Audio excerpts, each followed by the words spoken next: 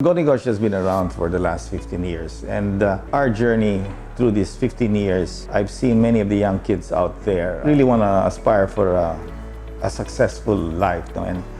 And we've seen also Filipino entrepreneurs who succeeded. The basic foundation is having the right attitude and the right mindset. And in fact, the programs that Go has been doing for the last 15 years is trying to work on that right mindset, which is a positive attitude, optimistic, hardworking, passionate, and all of that. No, that's essential. And if the programs of Akadasia, basically through the platforms that will be brought out, will help the students. This is their chance to be able to really experience and see and understand why, more than anything, the right mindset, the right attitude is important.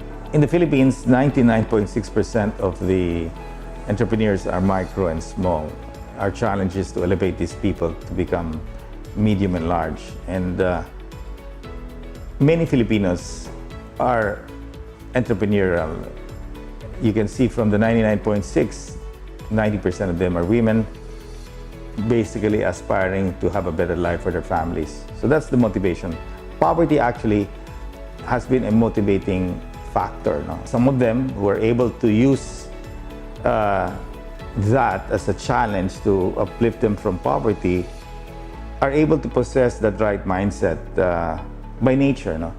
But here we're trying to create the structure for what is that right mindset, and to the programs that the students will be learning online, they will be able to now reaffirm that their current attitude in life is that the right mindset to achieve success in life, and hopefully reaffirm that in themselves and continue to strive for that right mindset.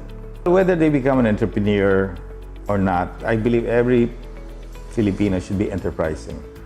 There's nothing wrong in being an employee of a corporation, because the right mindset, the right attitude, the right creativity, innovation will allow them to move up the ladder in a business organization.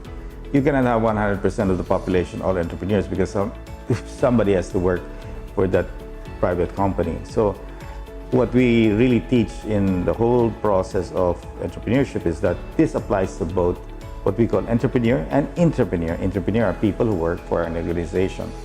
Successful entrepreneurs in this country are people like Manny Pangilinan, who is a professional. He owns some shares of the company he works with, PLDT, but you can see he thinks like an entrepreneur. And by far, in choosing CEOs in corporations or marketing heads, we look for that entrepreneurial ability, because the chances of success of that particular employee to move up the ladder is much higher if he has the right enterprising attitude. Problema dito ang kahirapan, at minsan yung ibang Filipino sinasabi nila ay problema kasi ng government natin, wala silang ginagawa para sa ibang tao na tutulong sa kanila. Pero kung tutusin mo, lahat ng problema ay within our control. Now, may mga ibang problema na external, no? And that we cannot do anything. Pero with what we can do, we have to take control of our own destiny. And that destiny is not only by luck. That destiny is really how we live our life, how we would like to see ourselves move 10, 20 years from where we are today. And nakikita natin ng mga OFWs natin, yung overseas workers, anong ginawa nila?